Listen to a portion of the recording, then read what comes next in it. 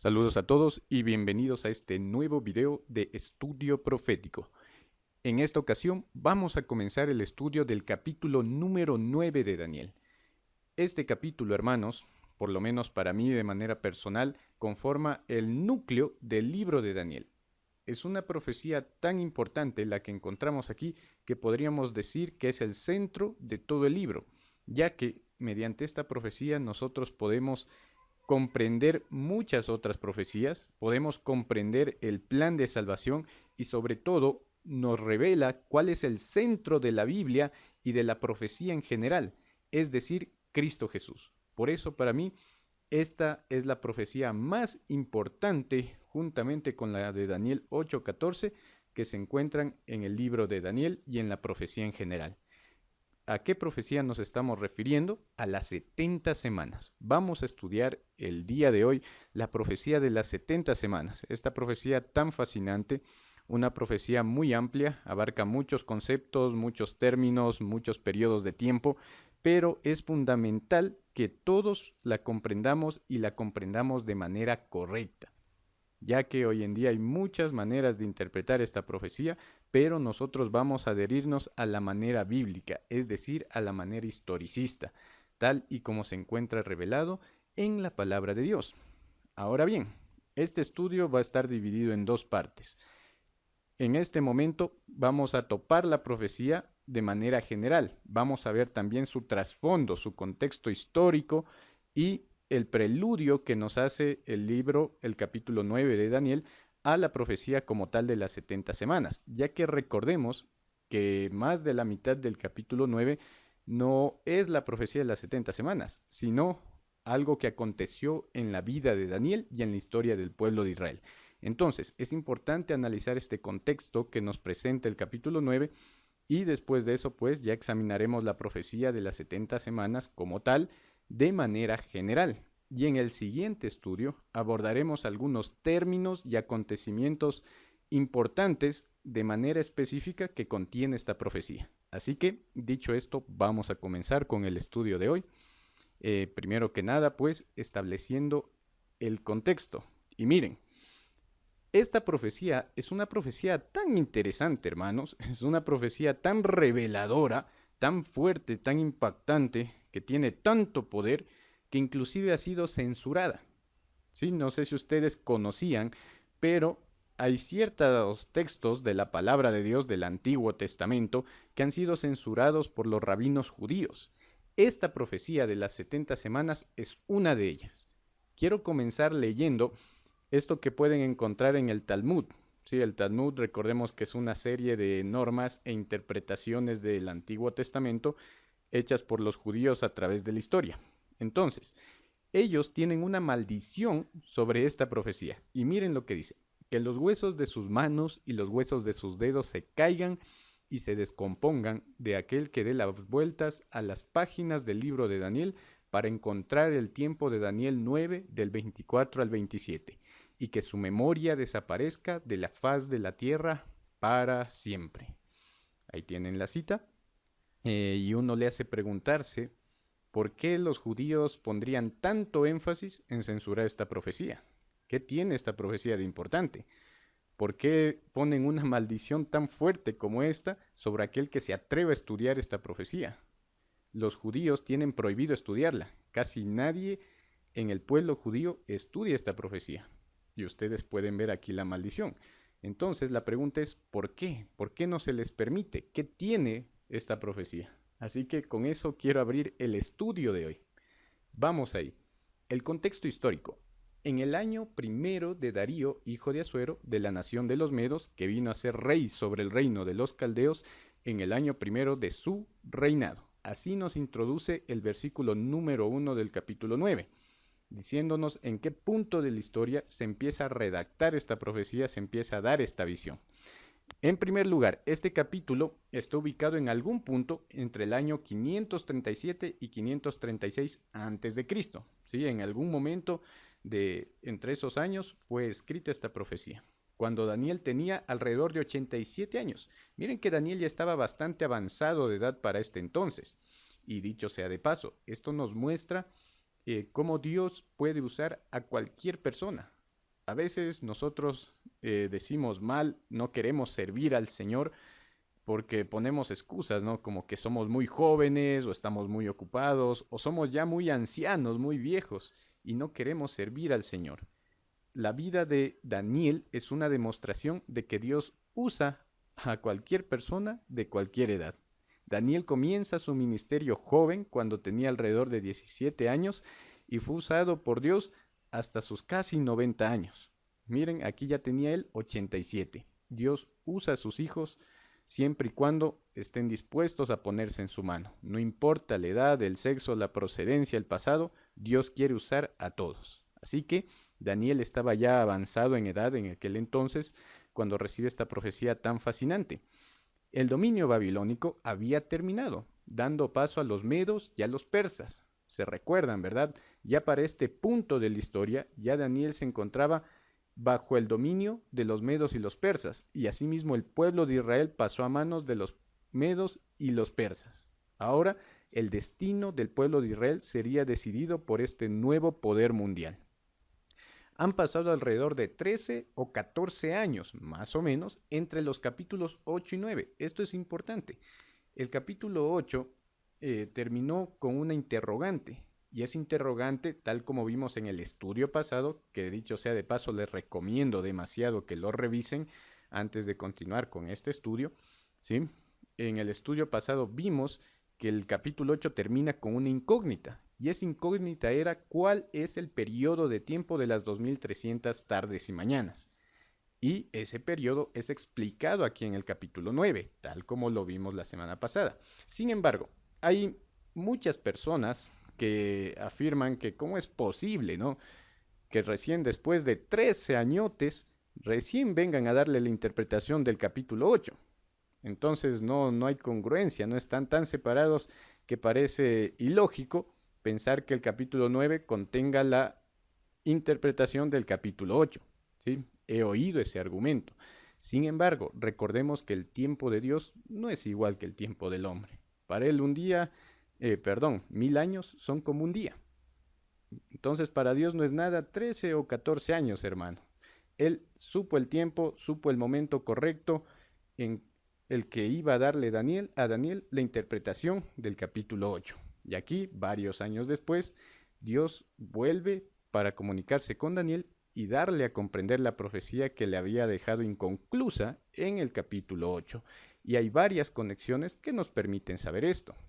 Entonces, antes que nada y antes de introducirnos a las 70 semanas, ya las 2300 tardes y mañanas, que son profecías paralelas, hay que recordar que aquí también en los primeros versículos del capítulo 9 encontramos la profecía de Jeremías. Daniel 9:2 nos dice: yo Daniel miré atentamente en los libros el número de los años que habló Jehová al profeta Jeremías, que habían de cumplirse las desolaciones de Jerusalén en 70 años.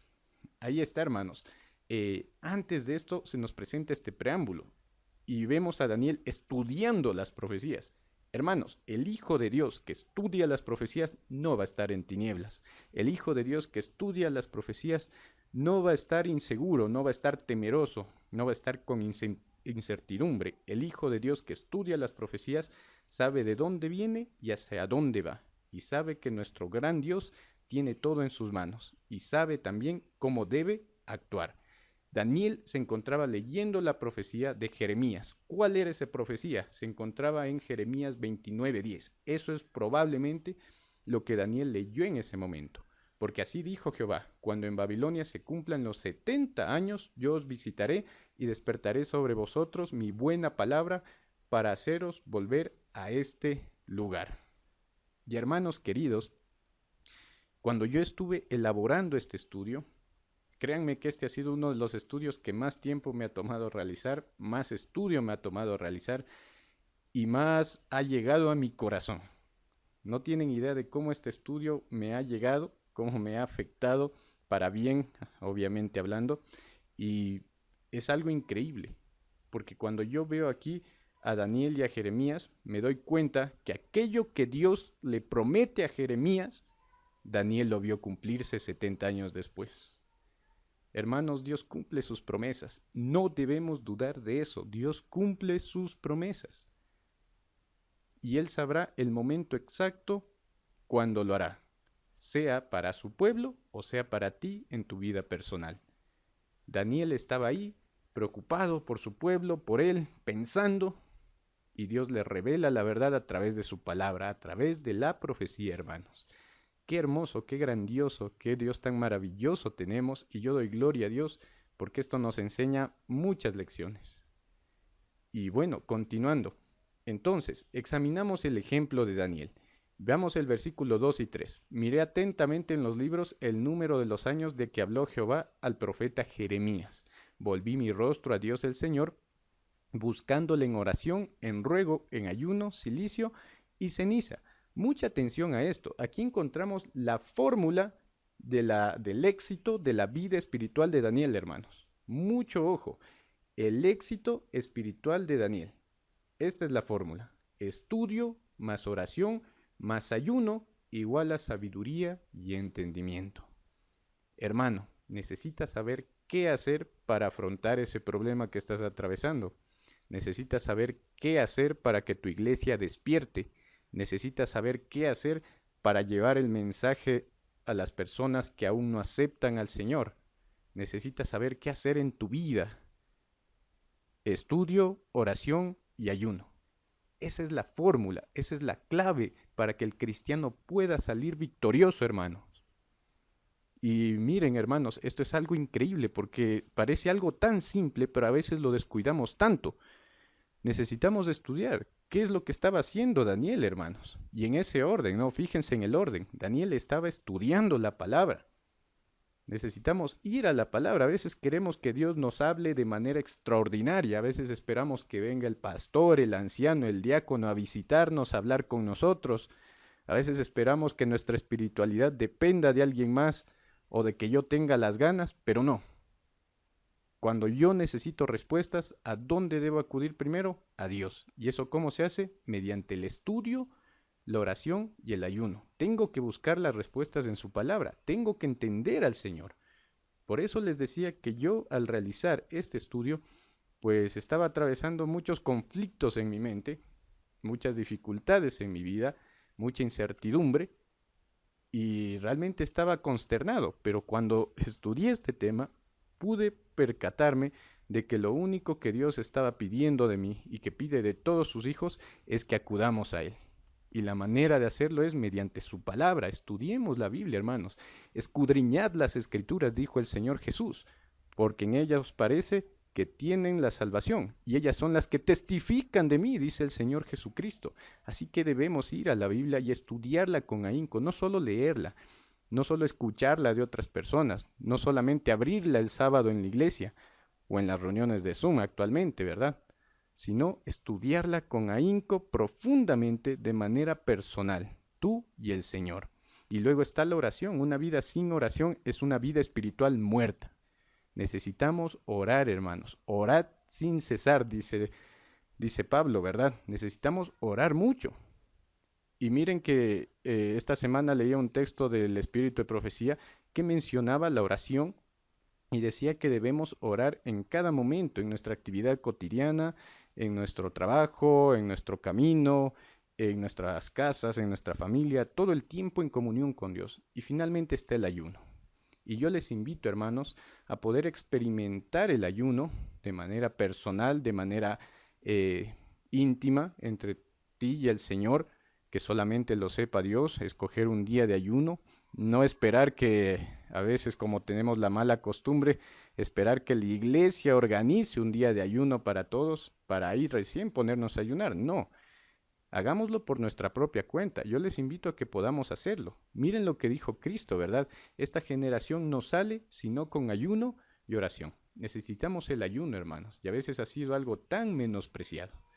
El tiempo de ayuno debe ser un tiempo consagrado al Señor, consagrado al servicio de Dios, un tiempo de reflexión, un tiempo de consagración que nos ayude a aclarar nuestra mente y un tiempo también de petición para pedir a Dios por sabiduría, por dirección, por aliento. Entonces, ahí tienen la fórmula, hermanos. Esto fue lo que a Daniel le sacó de su incertidumbre. Él estaba tan preocupado por cuál iba a ser el destino de su pueblo y su propio destino, y en última instancia el destino del mundo, que no podía estar tranquilo. Y esto fue lo que él hizo. Y si ustedes leen todo el libro de Daniel, van a ver que la vida de Daniel se basó en esto. Y eso fue lo que le dio la victoria espiritual. Así que hermanos, busquemos al Señor, pero busquémoslo bien. Esa es la fórmula. Ahora, quiero recalcar un punto más antes de continuar. El versículo 5 dice: hemos pecado, hemos cometido iniquidad, hemos hecho impíamente y hemos sido rebeldes y nos hemos apartado de tus mandamientos y de tus ordenanzas. Hermanos, aquí hay un punto más en la oración de Daniel en el capítulo 9 que debe llamar nuestra atención. Y que, hermanos, fijémonos en esto, ya que muchas personas actualmente se han levantado dejando las filas de la iglesia organizada me estoy refiriendo, ¿no? Dejando las filas de la iglesia, apartándose de la feligresía, dejando de lado los caminos de Dios muchas veces, con la excusa de que la iglesia es Babilonia, de que la iglesia está en apostasía, de que la iglesia ha dejado de lado a Dios, de que la iglesia está mal. Y sí, aunque muchas veces tienen razón, esa no es la actitud que se debe tomar. Miren cuál fue la actitud de Daniel. Daniel hizo confesión e intercesión personal y corporativa. Dense cuenta de eso. Ahora, yo les hago una pregunta, hermanos. ¿Ustedes creen que Daniel pecó? Es decir, Daniel obviamente pecó, ¿no? Algún momento de su vida él habrá pecado como ser humano. Pero lo que yo estoy tratando de llamar la atención es que Daniel no había cometido iniquidad con el pueblo, ¿sí? De manera corporativa. Él era muy joven en aquel entonces. Y de hecho sabemos que era una persona bastante consagrada, ¿no? Ejemplo de eso está en el mismo capítulo 1 de Daniel, que si quieren ver los detalles de ese capítulo, pueden ir al estudio profético de ese capítulo y ahí examino toda esa situación. Entonces, Daniel era un joven consagrado. Daniel seguramente no formó parte de los pecados que condenaron a Israel. Daniel seguramente mantuvo su vida limpia, su vida recta, durante todo el tiempo que estuvo en Israel y que estuvo también en Babilonia. Eso lo deja clarísimo la Biblia. Entonces lo lleva a uno a preguntarse, ¿por qué Daniel está aquí pidiendo perdón si él no hizo nada? Y ahí es cuando nos damos cuenta. Daniel no solo hace confesión por sí mismo, sino que lo hace por todo el pueblo, porque él era parte del pueblo. Él seguía considerándose parte del pueblo. Y a pesar de que ahora estaba lejos, él seguía considerando al pueblo de Israel un pueblo apóstata, un pueblo idólatra, un pueblo alejado de Dios, lo seguía considerando su pueblo. Hermanos, si hoy en día se levanta apostasía en nuestras iglesias, si hoy en día se levanta iniquidad en nuestras iglesias, si nuestras iglesias están obrando impíamente, la solución no es salir de ellas. La solución es confesar e interceder por ellas. Clamar, como dice el profeta Ezequiel, ¿no es cierto? Clamar, ¿pero dónde? ¿Dentro de ella o fuera de ella? Dentro de ella. Daniel seguía considerándose parte del pueblo. Jeremías seguía considerándose parte del pueblo. ¿Dónde estaba clamando Jeremías en el tiempo del cautiverio babilónico, cuando llegaron los babilonios? ¿Dónde estaba clamando Jeremías? En medio del pueblo. Él no estaba fuera del pueblo, estaba en medio de él. Y ahí se mantuvo hasta el final, hasta que Dios le dijo, hasta aquí nomás, basta. ¿Sí? ¿Nos damos cuenta de cuál debe ser nuestra actitud en estos tiempos? Estamos llamados a reformar a nuestras iglesias, a nuestro círculo, comenzando por nuestra familia, nuestros grupos pequeños, nuestras congregaciones. Esa es la manera correcta. No echar a perder la organización, no echar a perder la iglesia, sino estar en ella y reformarla a ella desde adentro. Y clamar y confesar e interceder por nuestra iglesia, tal como lo hizo Daniel en aquel tiempo. Una lección interesantísima. Ahora, nos introducimos ya a las 70 semanas. Gabriel nuevamente regresa después de mucho tiempo a ver a Daniel. Y dice el texto, versículos 21 y 23. Aún estaba hablando en oración cuando el varón Gabriel, a quien había visto en la visión al principio, volando con presteza, vino a mí como a la hora del sacrificio de la tarde. y me hizo entender y habló conmigo diciendo: Daniel, ahora he salido para darte sabiduría y entendimiento. Al principio de tus ruegos fue dada la orden, y yo he venido para enseñártela, porque tú eres muy amado. Entiende pues la orden y entiende la visión. Entonces, miren, aquí el ángel deja ver claramente que viene a explicarle a Daniel la orden. ¿Sí? La orden, es decir, le viene a hacer entender la profecía de los 70 años de Jeremías, pero también le viene a explicar la visión, dice aquí. ¿Cuál visión le viene a explicar? La que había quedado inconclusa en el capítulo anterior, es decir, las de las 2300 tardes y mañanas. Y aquí ustedes pueden observar el texto y todo lo que está señalado en amarillo, cada una de estas partes amarillas, son las conexiones que se hacen entre el capítulo 8 y el capítulo 9. Todo lo que Daniel está viviendo en este momento en el capítulo 9 nos hace referencia a lo que sucedió en el capítulo 8. Entonces hay ciertas conexiones, y de hecho que hay más, ¿no? Pero aquí están las principales. Nos hacen ver, nos hacen notar que el capítulo 9 nos va a ayudar a comprender el capítulo 8, ¿sí? Para más detalles, revisen el estudio anterior, tal como les había mencionado. Entonces Gabriel viene, trata de hacerle entender a Daniel ambas cosas, y bueno, como Daniel estaba pensando en cuándo se cumplirán los 70 años predichos por Jeremías, que recuerden, Dios le dijo a Jeremías que el pueblo iba a estar 70 años cautivo en Babilonia. Los babilonios vinieron, entraron, destruyeron la ciudad, saquearon el templo y se llevaron a todos los israelitas para que hagan de siervos en su nación. Eso, Dios le mencionó a Jeremías, va a durar 70 años. Ahora ya habían pasado los 70 años y el interés de Daniel era saber qué es lo que va a acontecer. ¿Se va a cumplir o no se va a cumplir esta profecía? Y el ángel viene y se lo explica de la siguiente manera. 70 semanas están determinadas sobre tu pueblo, ¿sí? Y miren, cuando nosotros pedimos una respuesta, Dios nos da más. Y Dios va más allá. Dios no se queda solo con lo que le pedimos o le preguntamos, sino que Dios sigue. Porque no solo le dice a Daniel, mira, esto va a suceder así, sino que le dice qué va a suceder de ahí en el futuro y tras muchos años más. Por eso nuestro Dios es tan increíble. Entonces, 70 semanas están determinadas sobre tu pueblo y sobre tu santa ciudad. Sabe pues y entiende que desde la salida de la orden para restaurar y edificar a Jerusalén hasta el Mesías príncipe habrá 7 semanas, y 62 semanas se volverá a edificar la plaza y el muro en tiempos angustiosos, y después de las 62 semanas se le quitará la vida al Mesías, mas no por sí. Y por otra semana confirmará el pacto con muchos. A la mitad de la semana hará cesar el sacrificio y la ofrenda. Versículos del 24 al 27. Aquí he puesto los eventos más importantes. No puse todas las cosas porque eso lo vamos a examinar en el siguiente estudio. Entonces, estos son los puntos, esta es la profecía. 70 semanas, hermanos, vamos ya interpretando. Vamos a ver que son semanas de años. Y quisiera leer esto para ustedes, pongan mucha atención, ya que nos va a ayudar a comprender cómo interpretar la profecía.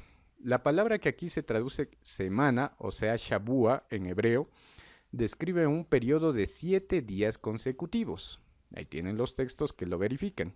En el pseudoepígrafo libro de los jubileos, al igual que en la Mishnah, se usa Shabua para indicar un periodo de 7 años. Este punto es interesantísimo porque solo yéndonos al hebreo ya podemos conocer cuánto equivalen las 70 semanas, sin necesidad de aplicar el principio día por año. El mismo hebreo pues nos da las pautas para saber que aquí se está hablando de día por año.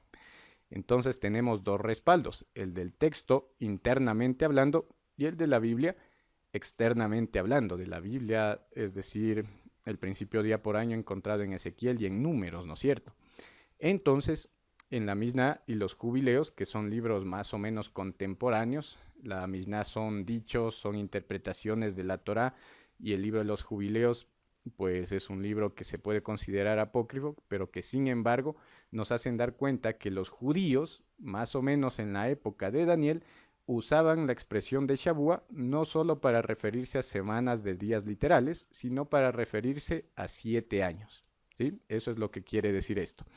Evidentemente, aquí se trata de semanas de años y no de semanas de días, pues en el capítulo 10, 2 al 3, cuando Daniel quiere especificar que las semanas a las que allí se refiere son semanas de 7 días, el hebreo dice explícitamente semanas de días. ¿Sí? Ojo con eso.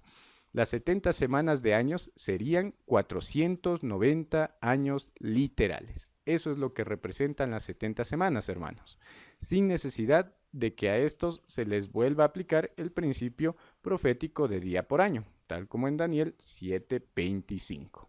Así que queda clarísimo, ¿no? Día por año, desde el mismo texto internamente podemos sacar esa conclusión. ¿Cuánto equivalen las 70 semanas? 490 años literales. Gálatas 4:4 dice, pero cuando vino el cumplimiento del tiempo, Dios envió a su Hijo, nacido de mujer y nacido bajo la ley. Y para mí esto es una de las profecías más bonitas que puede haber en la palabra de Dios. Cuando vino el cumplimiento del tiempo. ¿De qué está hablando Gálatas? ¿De qué está hablando Pablo en este texto? Si tú lees el Nuevo Testamento vas a darte cuenta que la consumación de todas las profecías bíblicas del Antiguo Testamento son Cristo Jesús. Que la mayoría de las profecías que encuentras en el Antiguo nos apuntan hacia Cristo. Quieren revelar a Cristo, a su primera venida y también a su segunda. Entonces vemos aquí que en el Nuevo Testamento se cumple con Cristo todas estas profecías y que Dios tenía establecido un tiempo para cada una de ellas. ¿Sí? Dios no actúa al azar, Dios tiene todo determinado cuando vino el cumplimiento del tiempo. ¿Y cuál fue el cumplimiento de ese tiempo? La profecía de las 70 semanas, para ser aún más explícitos, ya que esta profecía nos señala directamente cuándo aparece el Mesías, cuándo muere el Mesías y cuándo empieza a actuar el Mesías.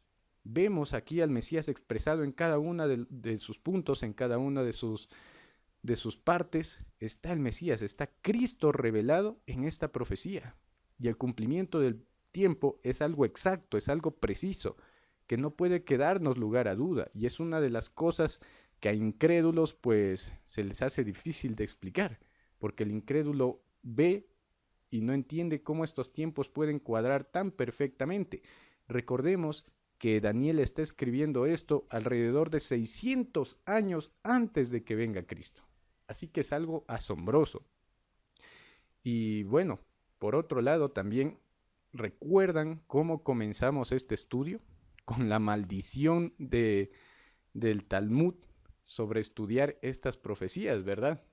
Que los judíos prohíben, ¿no? Con esta maldición tan fea, estudiar esta profecía de las 70 semanas.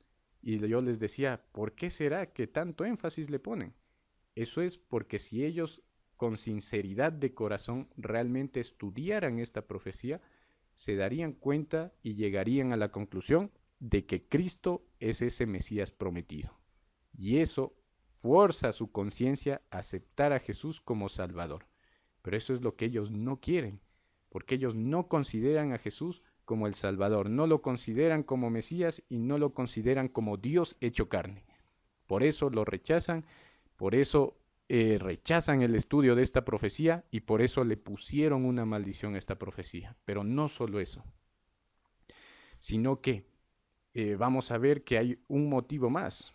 Y primero que nada, para que nos quede claro, debemos recordar este pequeño esquema estaba ya en el estudio pasado sobre las 2300 tardes y mañanas. Y vimos en el estudio pasado que comenzaban en el 457 y terminaban en 1844. Y que a partir de esta profecía mayor, que es de las 2300 tardes, están cortadas la profecía de las 70 semanas. Ahí pueden ver el esquema, ¿no es cierto?, de manera general. Ahora bien, hablando ya de manera específica y cada uno de los eventos. Quise hacer un esquema, pero encontré este que es el mejor esquema que he visto en términos de sencillez. Es fácil de comprender, de explicar y decidí usarlo, ¿no? Aquí tienen los créditos, su autor y el ministerio que la elaboró. Así que vamos a usar este cuadro. Este cuadro nos deja clarísimo cuándo suceden cada uno de los eventos que leímos hace unos momentos. Primero, pueden observar en la franja azul las 2300 tardes y mañanas o 2300 años. Ese es el periodo general de tiempo. Ahora, se nos dice que las 70 semanas están determinadas o cortadas a partir de los 2300 años. Para más detalles, observen el estudio anterior. Entonces tenemos el periodo de 70 semanas en rojo, que equivalen a 490 años. Primero, se nos menciona que habrá 7 semanas o 49 años desde la orden de restaurar Jerusalén. Esta orden comenzó en el año 457 a.C.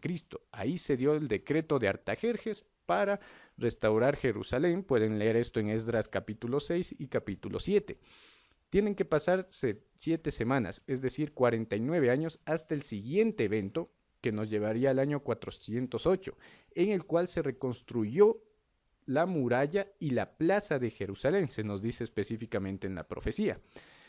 Este tiempo también, del año 408, alrededor de estos años, es el tiempo de ministerio del último profeta del Antiguo Testamento, bueno, de los últimos en realidad, es decir, de Zacarías y Malaquías. ¿Sí? Ellos actuaron alrededor de este tiempo. Luego se nos dice que tienen que pasar 62 semanas más hasta el Mesías príncipe, es decir, 434 años. Esto nos lleva al año 27 después de Cristo. ¿Qué pasó en este año? Cristo fue bautizado y comienza su ministerio en esta tierra, con la unción del Espíritu Santo. Es más, la propia profecía nos dice que en este punto tiene que ungirse al Mesías príncipe. Recordemos que el ungimiento es una señal del derramamiento del Espíritu Santo. Entonces, eso encaja perfectamente con lo que sucedió en el año 27 cuando Cristo se bautizó. Ustedes recuerden que según registra Lucas y Mateo, pues el Padre habló desde el cielo y el Espíritu Santo en forma de paloma descendió sobre Jesús, simbolizando este hecho que Jesús era ungido por el Espíritu Santo para comenzar su ministerio. Ahora, la profecía se centra en la última semana de las 70 semanas, es decir, en los últimos 7 años de actividad de Cristo. Estos 7 años son importantes, comienzan en el año 27 y nos dice que a la mitad de la semana hará cesar el sacrificio. ¿Sí? ¿Qué pasó a la mitad de la semana? Es decir, 3 años y medio después de que Cristo inició su ministerio, en el año 31 después de Cristo, Él muere, es crucificado. Y ustedes recordarán que a eso de las 3 de la tarde, cuando Jesús estaba ya por exhalar y entregó su espíritu, como lo menciona la palabra, hubo un gran terremoto y una gran oscuridad. Y cuando hubo este terremoto, registra el Nuevo Testamento que el velo del templo, el velo que separaba el lugar santo del lugar santísimo en el templo que estaba ahí en Jerusalén, se rasgó en dos desde arriba hacia abajo, simbolizando esto el final del sistema de sacrificios en el santuario terrenal, porque ahora el sacrificio perfecto, el simbolismo de todos esos sacrificios, que era Cristo Jesús, estaba muriendo en la cruz. Y ya todo ese sistema del santuario, todos esos ritos, esos sacrificios, esas celebraciones quedaban abolidas porque todas ellas representaban a Jesús. Por eso es que el velo del templo es rasgado de arriba hacia abajo, representando que no fue hecho por mano humana, sino por el mismísimo Dios, cesando este sistema de sacrificios. Tal como menciona la profecía, a la mitad de la semana hizo cesar el sacrificio. Después se nos menciona que en media semana más, es decir, en 3 años y medio más, confirmará el pacto a muchos. Eso sucedió en el año 34 después de Cristo con el martirio de Esteban. Esteban muere en el año 34 apedreado, como ustedes conocerán la historia, por los principales líderes y dirigentes judíos, los cuales habían ya rechazado al Mesías hace 3 años, pero ahora estaban rechazando su última oportunidad para entregarse a Dios, para aceptar al Mesías, su último periodo de gracia para aceptarlo. Eso sucedió en el año 34 con el testimonio de Esteban. Y en ese año los judíos rechazaron a Cristo, rechazaron al Mesías, rechazaron el Evangelio y en consecuencia fueron desechados como pueblo de Dios. Algo tan increíble y tan doloroso al mismo tiempo. Los judíos son rechazados en este año. Hermanos, este punto es un punto importantísimo, ya que hay muchas iglesias que actualmente enseñan que el pueblo de Israel sigue siendo el pueblo de Dios y que el pueblo de Israel al final de los tiempos va a jugar un papel importante en los últimos eventos de la historia de este mundo. Sin embargo, al estudiar esta profecía, podemos percatarnos de que no es así, de que ellos rechazaron al Mesías y eso los llevó como nación a ser rechazados por Dios. ¿Sí? Ojo con eso.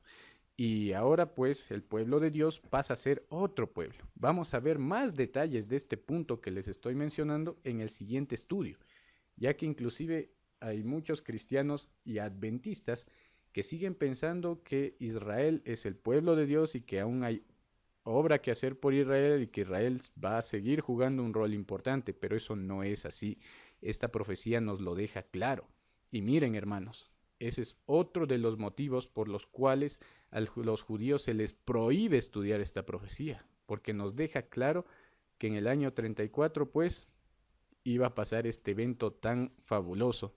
Y en el año 34 también es cuando se comienza la predicación a los gentiles. Y ahora el pueblo de Dios pasan a conformarlo todos aquellos que aceptan a Cristo Jesús como su Señor y Salvador, y no ningún judío de sangre. Que claro está, aquí estamos hablando de que Dios rechazó a la nación judía como pueblo, como nación. Sin embargo, todos aquellos judíos que individualmente, de manera personal, acepten a Cristo, obviamente Cristo no les va a rechazar. ¿Sí? Eso es a lo que estamos haciendo referencia. Y ahí tienen. Esos son los periodos, las fechas importantes de la profecía de las 70 semanas. Después de cumplido el periodo de 70 semanas, es decir, de los 490 años, se nos menciona un evento más en la misma profecía, un evento importante que se da en el año 70 después de Cristo, que es la destrucción de Jerusalén. El tiempo de gracia para los judíos había terminado en el año 34 y los juicios de Dios finalmente caen en el año 70 sobre este pueblo que lo había rechazado, hermanos. ¿Sí? Detalles interesantísimos. Todo esto también es un paralelo a lo que va a suceder al final de los tiempos con el pueblo actual de Dios y con el mundo en general. El tiempo de gracia, el tiempo en que Dios va a estar actuando, la destrucción final. Todo esto son alegorías, son referencias a aquel gran evento antes de que Cristo venga. Algo muy interesante. Y por último, en 1844, al cabo de los 2300 años, se da la purificación del santuario, tal como está revelado en Daniel 8:14. Queridos hermanos, quiero concluir con este texto que se les quede en su mente, ¿sí? Hebreos 12:2 dice: puestos los ojos en Jesús, el autor y consumador de la fe, el cual, por el gozo puesto delante de él, sufrió la cruz, menospreciando el oprobio, y se sentó a la diestra del trono de Dios. Tal como les mencionaba desde el principio, el centro de la profecía es Cristo. El centro de la Biblia es Cristo. Y el centro de tu vida y de la mía también quiere ser Cristo. ¿Aceptarás que Dios reine en tu corazón? ¿Aceptarás que ese Cristo que un día vino, vivió como ser humano, murió, resucitó y ahora está en el cielo sentado a la diestra del Padre, ese mismo Cristo ahora esté sentado en tu corazón? Mis queridos hermanos, la invitación está hecha. Que toda la profecía nos lleve a Cristo Jesús. Y ese es el objetivo de la Biblia, ese es el objetivo del Evangelio. No conocer fechas, no conocer eventos, que sí, todo eso es importante, pero al fin y al cabo lo que Dios quiere con todo esto es que lo conozcas a Él. Sin más que decir, queridos hermanos, que Dios les bendiga. Gracias por ver este estudio. No se olviden de ver los estudios anteriores para comprender un poco mejor este. Y no se olviden de ver el siguiente estudio para ampliar algunos términos y algunos de los sucesos de los que hablamos hoy en un video aparte. Así que hermanos, están invitados, no se lo pierdan. No olviden suscribirse al canal. Que Dios les bendiga y hasta la próxima.